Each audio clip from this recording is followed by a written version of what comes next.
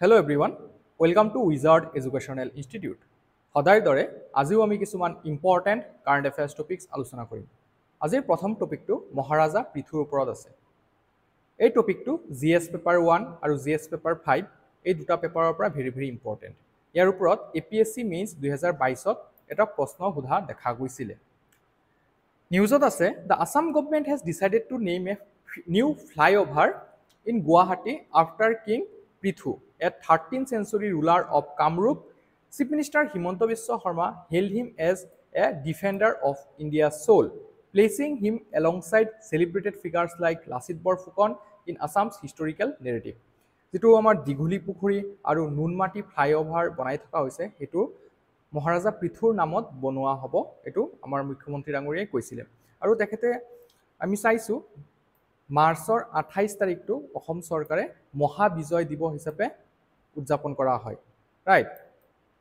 2006 চনত বক্তিয়াৰ খিলজিক পৰাজিত কৰাত এই পৃথু মহাৰাজৰ এক গুৰুত্বপূৰ্ণ ভূমিকা আছিল তেখেতে বিভিন্ন ট্ৰাইবেল মানুহক একেলগ কৰি পেলাই আমাৰ যেটো টেৰেইন আছিল জিওগ্ৰাফিক্যাল এডভান্টেজ আছিল তাৰ মাধ্যমেৰে পৰাজিত কৰিবলৈ সক্ষম হৈছিল so one of the biggest victory in our history আমি ক'ব পাৰো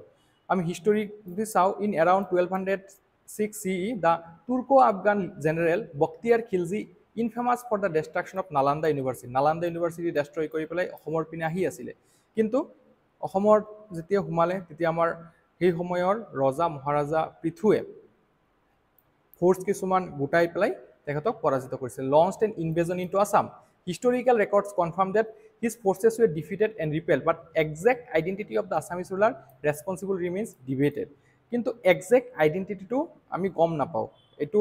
1931 চনত কনকলাল বৰুৱা ডাঙৰীয়াই কৈছিলে যে হয়তো মহাৰাজা পৃথু হ'ব পাৰে সো তাক লৈ পেলাই আজি এই ডিসকাশনটো এ 14th century Persian chronicle Tabaqat-i-Nasri যেটো লিখিছিলে মিনহাজ উদ্দিন সিৰাজে তো এই গ্ৰন্থটোতো লিখা আছে যে খিলজি's defeat at the hands of the Rai of Kamrut তাত কিন্তু মহাৰাজা পৃথুৰ কথা নাছিলে তাত লিখা আছে Rai of Kamrut যদি আমি ট্ৰান্সলেট কৰো ইংৰাজীত এটো হয় কামৰূপৰ ৰজা the Dorong Rajbanghabuli a later Assamese text confirms the Turks defeat in 1199 Hakaira that is 1277 commonwealth but does not name the king তাৰ পিছত যেটো দৰং ৰাজবংশাবলী আমাৰ অসমীয়া ভাষাতে প্ৰস্তুত কৰা হৈছিল হেইটোতো কিন্তু এয়া উল্লেখ আছে যে তুৰ্কী সকলৰ তুৰ্কো আফগান সকলৰ ডিফিট হৈছিল পৰাজিত হৈছিল কিন্তু তাত এই মহাৰাজা পৃথুৰ নাম এক্সপ্লিসিটলি মেনশন নাছিলে The case for King Prithu in 1933 historian Kamrupak Kamal Ratna as well as in 1931 Konoklal Borua suggested that the victorious ruler was likely King Prithu of the Khen dynasty. This interpretation has gained traction in recent decades. RSS affiliated historians and organizations like the ABPS, Akhil Bharatiya Itihas Sankalan Yojana have promoted Prithu's legacy. Historian Rothin Pata's 2012 book Rajosh Rishi Prithu, the warrior king who annihilated Bakhtiyar Khilji is a key text foiling this narrative. This framing casts Prithu as a Hindu warrior king who avenged Nalanda and defended Assam from Islamic invaders. Academic concerns. Mainstream historians remain skeptical. তেওঁলোকৰ এতিয়াও doubt আছে কিয়নো exact বা explicit কোনো এনেকুৱা তথ্য পোৱা নাই they argue that the evidence linking Prithu to Khilji's defeat is thin and inconclusive. Nirod Borua, a noted scholar, remarked that the identity of Prithu is very difficult to establish. Some academics view the narrative as part of Hindutva history project aimed at constructing symbolic heroes. Despite this, there is a broad agreement that the period needs more rigorous research to fill historical gaps. আমি এটা কথা ক'ব পাৰো যে যেহেতু এই আমাৰ বহুত কেইটা হিষ্টৰিকেল ফিগাৰছৰ ৰিসাৰ্চ হোৱা নাই হেতু কাৰণে হ'ব পাৰে আমাৰ যেটো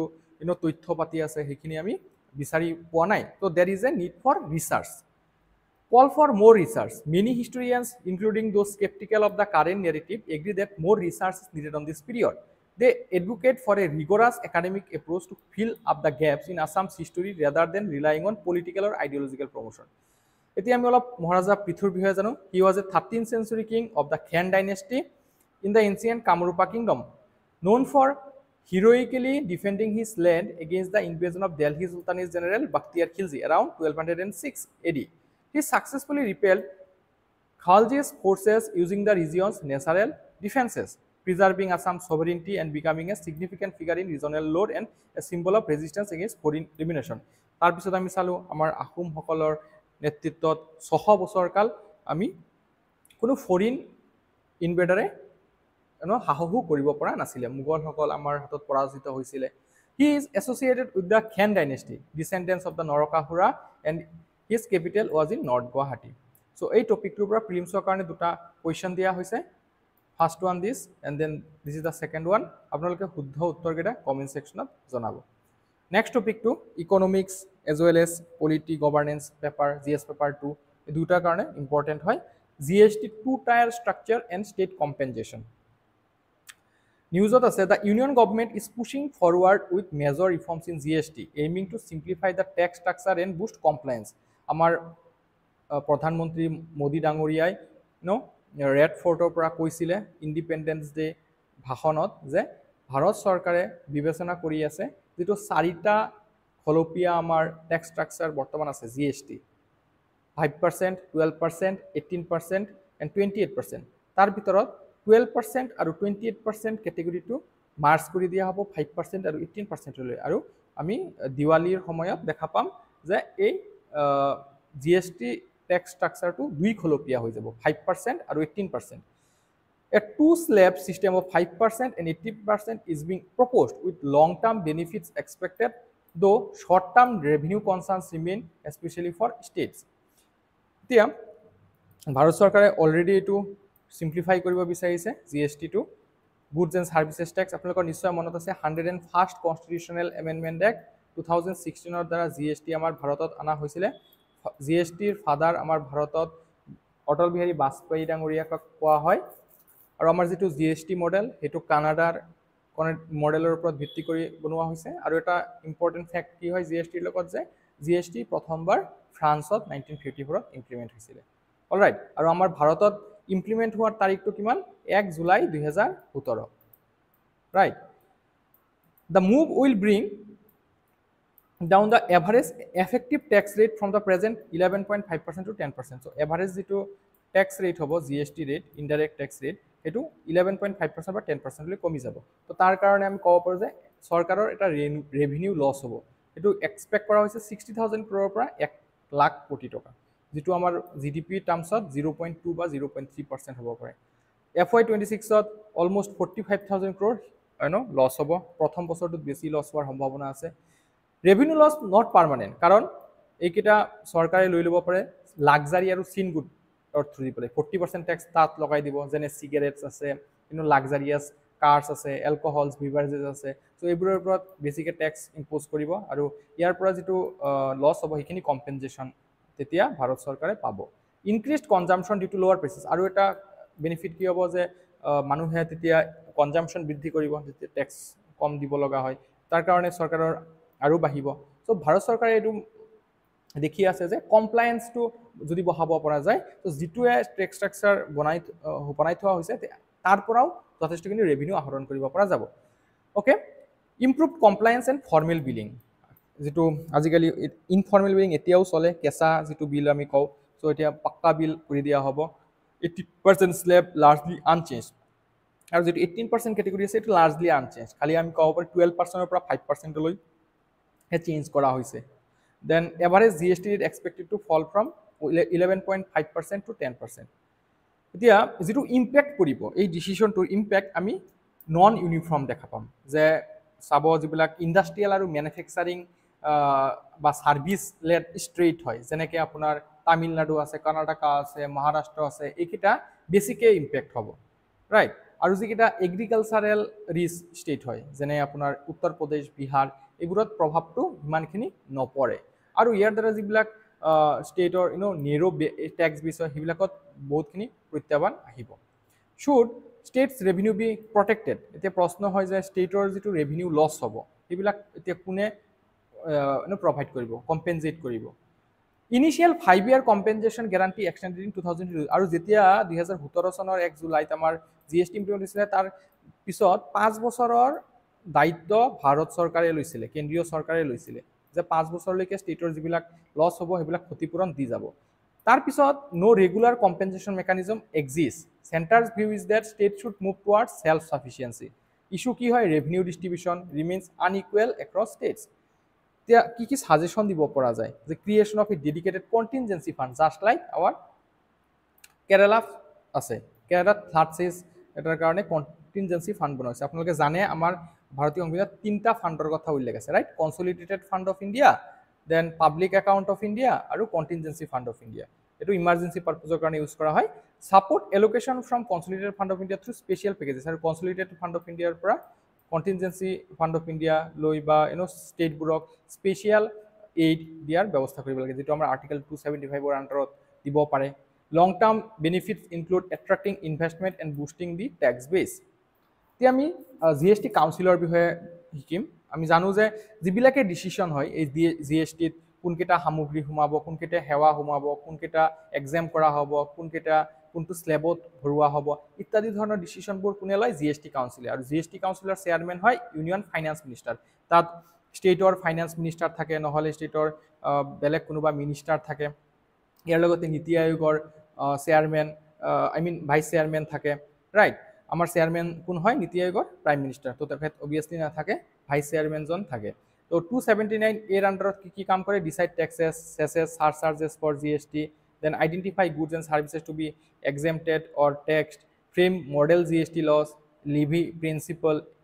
apportionment of IGST, place of supply rules, recommend floor rates with bands of GST, recommend special rates for raising resources during disaster. So এইবোৰ ডিচিশ্যন লয় 279 এৰ আণ্ডাৰত GST কাউন্সিল এ। অ'কে, 279A5 এইটো আছে recommend the date for including petroleum natural gas ATF, that is aviation turbine fuel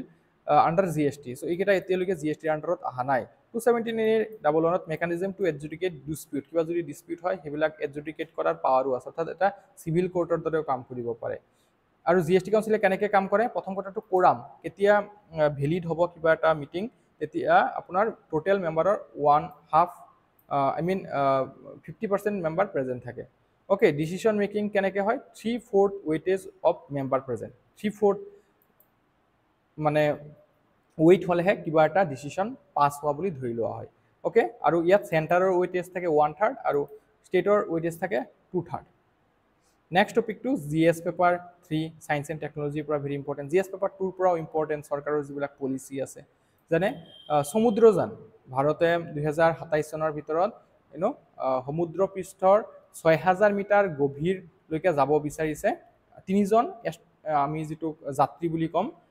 তেখেতসকলক পঠিয়াব। চ' তাৰ ওপৰত নিউজটো আছে। Samudrayaan project, India's first human ocean mission as part of the deep ocean mission, it was approved in 2021. Aim is to send 3 humans to depths of 6000 meters by 2027. এইটো coordinate কৰি আছে national institute of ocean technology, চেন্নাইয়ে। ইয়াত 5 বছৰৰ কাৰণে 4077 কোটি টকা খৰচ কৰা হ'ব। অবজেক্টিভ কি হয় এই সমুদ্ৰযান মিছনৰ? যে develop deep sea human submersible mission, then explore resources on the ocean floor like nickel, cobalt, rare earth, polymetallic নডিউলছ,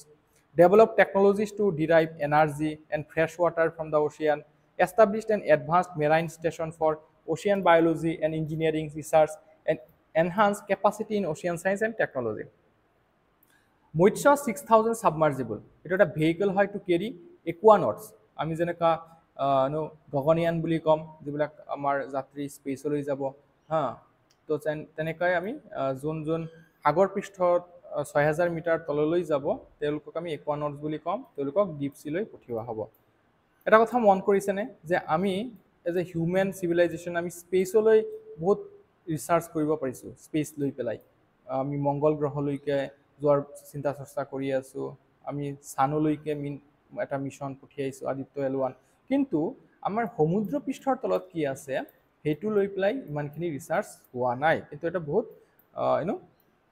challenges থকা ছাবজেক্ট, সেইকাৰণে আমি দেখা পাইছোঁ ভাৰত চৰকাৰে দুইটাৰ ওপৰতে ফ'কাছ কৰিছে, Gaganyaan as well as Samudrayaan. এইটো ডিজাইন স্ফেৰিকেল হয়, personnel sphere, diameter 2.1 metre, capacity 3জন ক্ৰিউ মেম্বাৰ থাকিব পাৰিব, sustain life for 12 hours up to 96 hours in emergencies. ইয়াত টাইটেনিয়াম ধাতুৰে বনোৱা হৈছে এইটো ঠিক আছে আপ টু 6000 মিটাৰ জনাই এইটো ডুবিব পাৰিব equipped with 3 battery oxygen systems challenges of deep sea exploration যেনে vessel development maintaining environment aquanaut health and aquatic communication so these are some of the challenges significance of samudrojan কি হয় যে strategic significance india joins allied group US Russia China France Japan deep sea submersible capability অকল পাঁচটা দেশৰ আছে এই টেকনলজিটো United States Russia China France আৰু Japan so ভাৰতে এইটো ক্যাপাবিলিটি একবাৰ শো কৰিব পাৰিলে আমি এই লিগত জয়েন হৈ যাম economic exploration of polymetallic nodules like cobalt nickel rare earth যিবিলাক বৰ্তমানৰ ইকোনমিক ডেভেলপমেন্টৰ কাৰণে খুবেই প্ৰয়োজনীয় সো সেইবিলাকৰ ৰিসাৰ্চ কৰিব পাৰিম আৰু আমি জানোৱে এইটো যে সাগৰ পৃষ্ঠৰ তলিত বহুত কিবা কিবি পলিমেটালিক নোডিউলস থকাৰ আছে আৰু এইটো সম্ভাৱনা আছে যে আমি যদি ৰিসাৰ্চ কৰো আমি তাৰ পৰা উলিয়াব পাৰিম সাইন্টিফিক পাৰ্সপৰ্য যদি চাই boost ocean biology ecology biodiversity research technological advances in materials communication and vessel design national importance কি হয় যে complements India space programme like Gaganyaan showcasing ability to explore extreme frontiers Bharat চৰকাৰে কি মিশন লৈছে deep ocean mission Samudrayaan mission national institute of ocean technology it develops AUVs ROVs and underwater robotics and mining system EZ and ECS mapping OTEC and offshore energy projects suggestions the institutes of excellence funding and incentivization a strong empowered body Ministry of Ocean Development mission mood projects and inherently dual use technologies এই টপিকটোৰ পৰা প্ৰিলিমছৰ কাৰণে দুটা question দিয়া হৈছে আপোনালোকে শুদ্ধ উত্তৰটো কমেন্ট সেকশনত জনাব নেক্সট টপিকটো আছে cotton in India conditions challenges and government initiatives নিউজত কি আছে যে government has extended import duty exemption on cotton till December 31 after 50% US tariffs Donald ট্ৰাম্পে যেটো 50% তাৰিখ আগষ্ট 27 তাৰিখে ইম্পোজ কৰিলে ভাৰতীয় গুডস আৰু সাৰ্ভিসেছৰ ওপৰত তাৰ পিছত ভাৰত চৰকাৰে আমাৰ কটন প্ৰডিউসাৰ সকলৰ স্বাৰ্থত এই ইম্পোৰ্ট ডিউটি এক্সেম্পশন দিছে অলৰাইট প্ৰথমতে আমি চাইলো কন্ডিশন কি হয় এনেকুৱা কোৱেশ্চন এক দুইটা প্ৰিলিমছত দেখা পোৱা যায় UPSC লেভেলত যে কি ক্লাইমেট লাগে কটন গ্ৰো কৰিবৰ কাৰণে হট সানি ক্লাইমেটৰ প্ৰয়োজন হয় long frost free period that is up to 210 days 7 মাহ মান ফ্ৰষ্ট ফ্ৰী পিৰিয়ড লাগে অপটিমাল টেম্পাৰেচাৰটো হৈছে 21 ডিগ্ৰী সেলসিয়াছৰ পৰা 30 ডিগ্ৰী সেলসিয়াছ আৰু ৰেইনফল লাগে 50 to 75 সেন্টিমিটাৰ কেনেকুৱা সয়েলত এটো গ্ৰো কৰিব পৰা যায় আমাৰ যেটো ডেক্কান প্লাটো আছে ডেক্কান প্লাটো বিখ্যাত ব্ল্যাক সয়েলৰ কাৰণে আৰু হেবিলাকত কটন খুব ভালদৰে গ্ৰো হয় ৰেগুৰ সয়েল বুলিও কোৱা হয় দেন নৰ্থ ইণ্ডিয়াত ডিপ এলুভিয়াল সয়েল সেন্ট্ৰেল ইণ্ডিয়াত ব্ল্যাক ক্লেই সয়েল আৰু সাউথ ইণ্ডিয়াত mixed black and red soil's কটনৰ কাৰণে সদায় মনত ৰাখিব ব্ল্যাক সয়েলটো খুবেই ভাল okay sensitivity tolerate some salinity vulnerable to water logging পানী জমা হৈ গলে কিন্তু এই ক্ৰপটোৰ কাৰণে উৎপাদন হোৱাৰ যেটো প্ৰডাক্টিভিটি আছে হেতু কমি যাব পাৰে গ্ৰোথ প্যাটাৰ্ন যে খৰিফ ক্ৰপ হয় এটো এটা অৰ্থাৎ সামাৰ সিজনত হয় আমাৰ দুই ধৰণৰ ক্ৰপ থাকে ৰাইট খৰিফ আৰু ৰবি খৰিফ ক্ৰপটো সামাৰত হয় আৰু ৰবি ক্ৰপটো উইন্টাৰত হয় সো খৰিফ ক্ৰপ এটো জুন জুলাই মাহত ৰোৱা হয় আৰু হাৰভেস্ট কৰা হয় অক্টোবৰ জানুৱাৰী it takes 6 to 8 months to mature তো এই 6-8 মাহৰ ভিতৰত অলমোস্ট 7 মাহ মানে কি ফ্ৰষ্ট ফ্ৰী হ'ব লাগে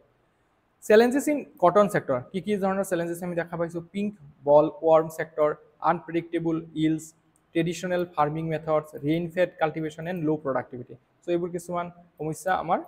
কটন সেক্টৰত দেখা গৈছে গভৰ্নমেন্টে কি ইনিশিয়েটিভ লৈছে কটন ডেভেলপমেন্ট প্ৰগ্ৰাম এটা লঞ্চ কৰিছে ভাৰত চৰকাৰে কটন কৰ্পোৰেশন অফ ইণ্ডিয়া আছে তাৰ কাম হৈছে মাৰ্কেট ইন্টাৰভেনশন কৰা টু স্টেবিলাইজ প্ৰাইসেস যদি কেতিয়াবা কমি যায় price then MSP formula Bharat চৰকাৰে এটা ফৰ্মুলা নিৰ্ধাৰণ কৰিছে যে যিমান খৰচ হ'ব তাৰ 1.5 টাইমছ কষ্ট চৰকাৰে দিব এইটো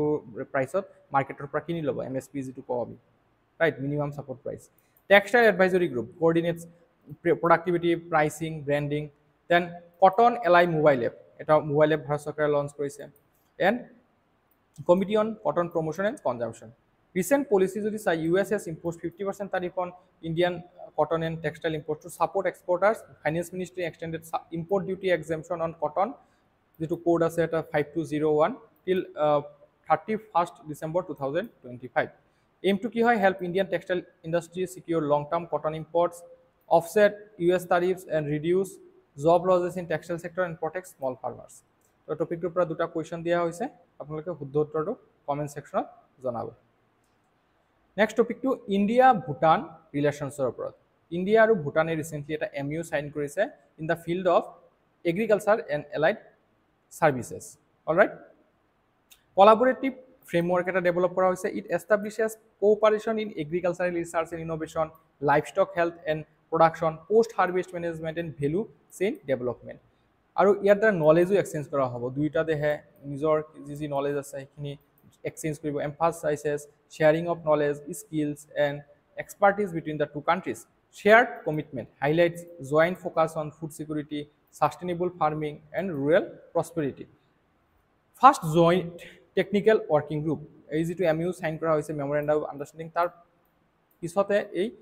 মিটিংটো হৈ গৈছে মানে খুব সোনকালে এই ফাৰ্ষ্ট জইণ্ট টেকনিকেল ৱৰ্কিং গ্ৰুপটো হৈছে two they have agreed on terms of reference and identify priority areas for immediate action discussion ক'ত হৈছে এগ্ৰিকালচাৰত হৈছে লাইফ ষ্টক ৰিলেটেড ইছ্যুবোৰত হৈছে এগ্ৰিকালচাৰ মাৰ্কেটিং কোঅপাৰেটিভছৰ ওপৰত হৈছে food processing seed sector research and technology collaboration and capacity building etcetera Significance কি হয় যে both sides underscore the significance of JTWG that is Joint Technical Working Group as a platform for deepening cooperation. তো এটোৰ significance কি হয় MOU যে sign কৰা হৈছে strengthens India Bhutan bilateral ties in agriculture supports Bhutan's rural prosperity and India's vision of regional food security then acts as model of south south cooperation আমাৰ যেটো global south কাণ্ট্ৰিবিলাক আছে আমি একত্ৰিত কৰাৰ ক্ষেত্ৰত এটোৱে সহায় কৰিব আমি অলৰেডি ভুটানৰ লগত যথেষ্ট ভালখিনি আগবাঢ়িছো যেনে আমাৰ মাইণ্ডফুলনেছ চিটি এটা বনাই থকা হৈছে গেলিফুট অসমৰ কাৰণে খুবই ইম্পৰ্টেণ্ট ঠিক সেইদৰে আমি ক'ব পাৰোঁ আমাৰ এগ্ৰিকালচাৰ এণ্ড এলাইড ছেক্টৰত এই মিটিংটো হৈ যোৱাৰ পিছত আমি কোল্ড ষ্টৰেজ ডেভেলপ মাৰ্কেট বৃদ্ধি কৰাৰ ইত্যাদিত সহায়ক হ'ব promotes capacity building and technology transfer in agriculture এই টপিকটোৰ পৰা প্ৰিমছৰ কাৰণে এটা কুৱেশ্যন দিয়া হৈছে আপোনালোকে শুদ্ধ উত্তৰটো কমেণ্ট ছেকশ্যনত জনাব তো আজিৰ ক্লাছটো ইয়াতে সামৰিছোঁ থেংক ইউ